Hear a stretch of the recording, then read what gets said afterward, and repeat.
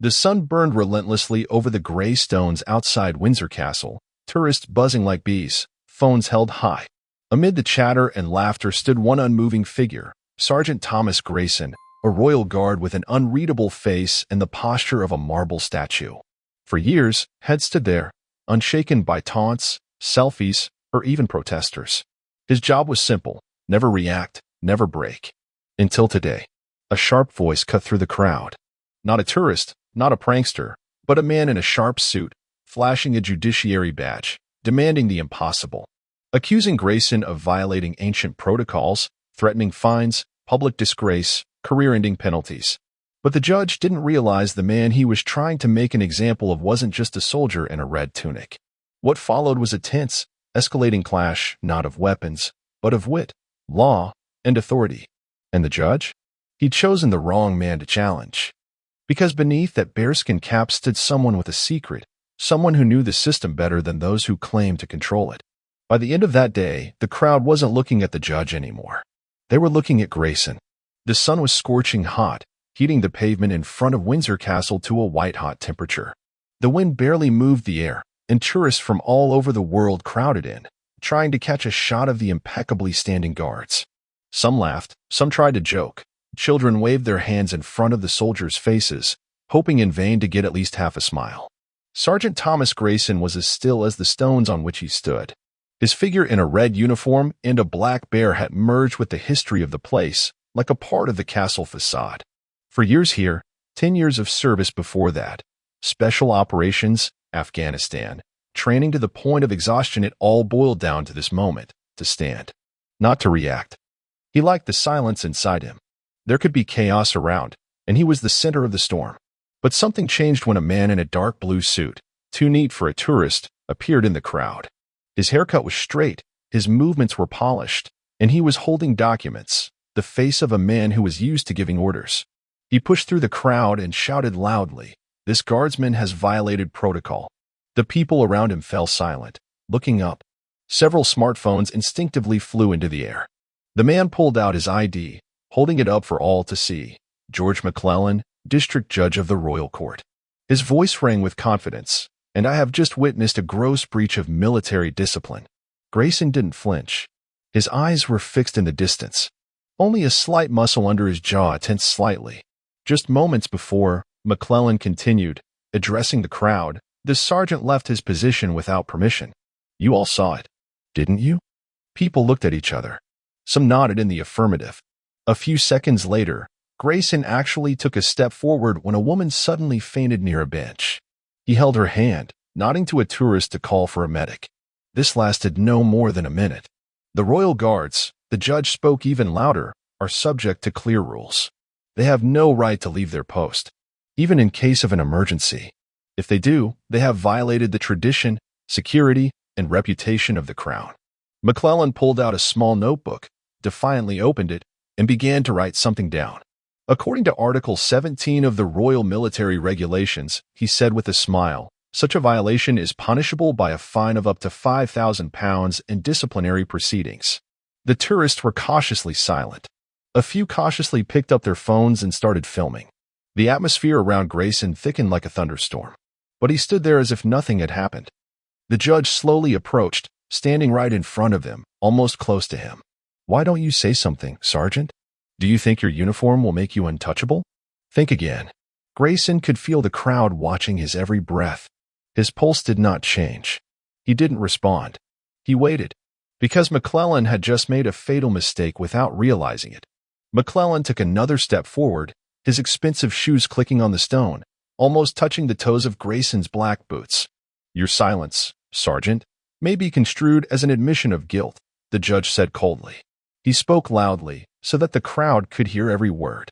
"I have every right to make a report. Imagine how it will look in the headlines tomorrow. Royal Guardsman disgraced his uniform by abandoning his post." People around us started whispering.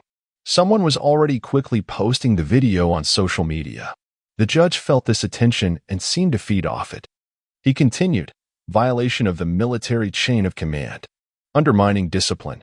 This is not just a case. This is a blow to the reputation of the state." His hand reached into the inside pocket of his jacket. He pulled out a business card and held it in his hand, flashing the golden emblem of the court.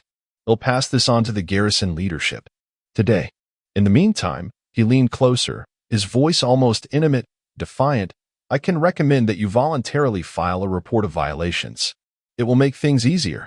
You understand that I am not just a passerby here." He waited, confident that the sergeant would finally speak.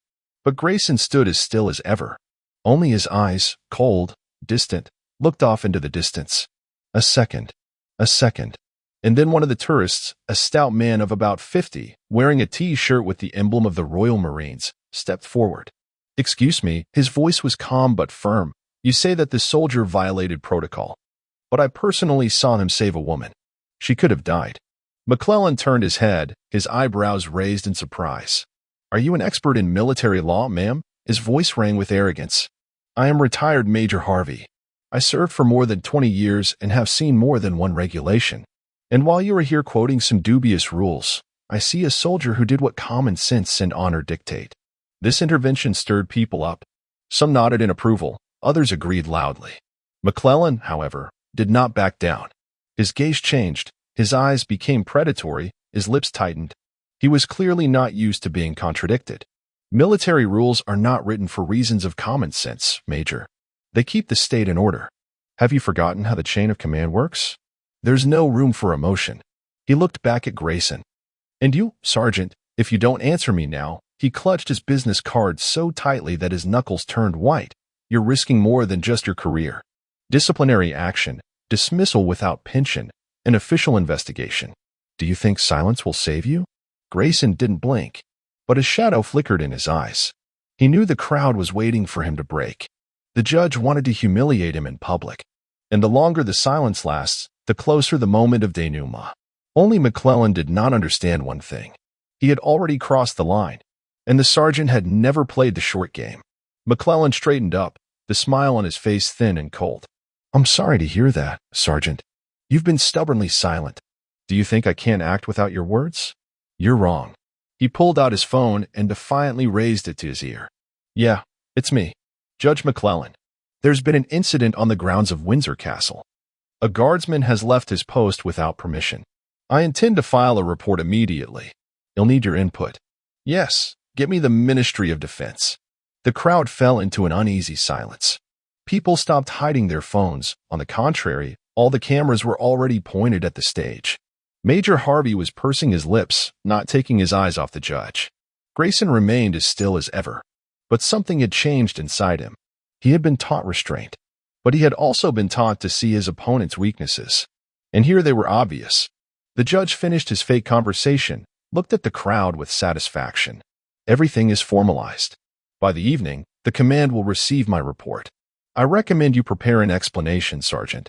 He moved even closer, leaning into Grayson's ear. "Sooner or later, everyone gives in, kid. I know your type. Strong on the outside, weak on the inside." And then McClellan did something that should never be done to a Royal Guardsman. He lightly touched his fingers to Grayson's red collar. In one short movement, he violated what should have remained untouched. The crowd held its breath. Grayson finally slowly turned his gaze directly to the judge. His eyes, cold and indifferent a few minutes ago, became steely, without a shadow of fear. "Take your hand off my uniform, sir." His voice was calm, clear, without any emotion. But there was something in it that made McClellan instantly remove his hand. "You've already gone too far," Grayson added, not looking away. "I think it's time to clarify who's judging whom here." The silence grew thicker. People began whispering, some even applauding nervously. Major Harvey shook his head with a slight smile. "Before you go on with your non-existent articles and fictitious phone calls, let me ask you a question, sir." Grayson paused for a moment. "Are you familiar with the Military Personnel Protection Act 1997, or perhaps Section 5, Paragraph 3 of the Royal Guard Protocol?" McClellan's eyes showed a shadow of incomprehension. He was used to dominating, but now the situation was beginning to slip out of his hands.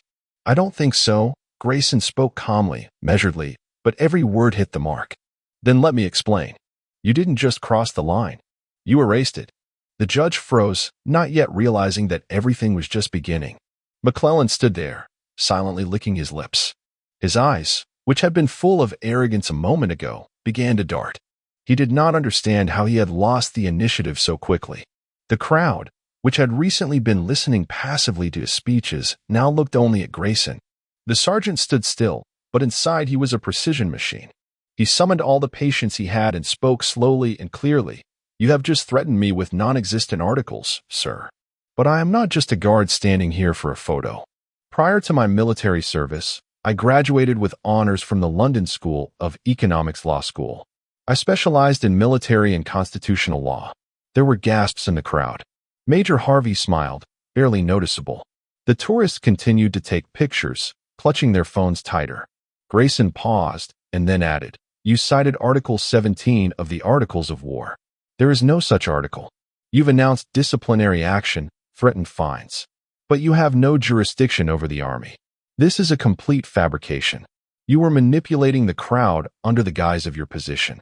McClellan opened his mouth, but found no words. In addition, Grayson continued, keeping his voice low, "Your touching my uniform is a violation of the Military Personnel Protection Act. A trifle, you say? Not for Homeland Security." Several people in the crowd stopped holding back, smiles and short applause spreading around the circle. But Grayson didn't stop. "And most importantly, sir, you introduced yourself as a judge, used your status to exert pressure, citing non-existent laws and non-existent calls. This is a classic case of misconduct in public office. What is the maximum sentence? 10 years in prison." He is taking a step forward. "For the first time ever. I can advise you one thing. Finish this scene now. Because everything that happened was filmed on dozens of phones. And the castle's cameras record not only tourists." McClellan stood there as if pressed into the ground. His face turned pale. "I may have misinterpreted the situation," he finally muttered, his voice barely catching the confidence of before. Grayson didn't answer immediately. He paused longer than necessary, letting the silence do the talking for him. Then he nodded briefly. "Your misunderstanding almost cost you your career." He resumed his stance, his face completely unmoved. Only his eyes said that the whole scene was over. McClellan swallowed his saliva, looked at the crowd, where dozens of eyes were already cold. He nodded without looking back, turned around, and quickly disappeared into the crowd. Major Harvey came closer, unobtrusively, at a distance. "Damn it, Sergeant. Sorry to interrupt. It's not every day you see a guardsman lecturing a judge on the law." Grayson doesn't answer. He's completely back in character again. Unshakable, unbreakable. There was only one moment when someone next to him said, "What a turnaround." A shadow of a subtle smile flashed across his face for a moment. A minute later, the crowd dissipated, and the life of the castle returned to its usual rhythms. And Grayson stood there as usual. Only now people were looking at him differently.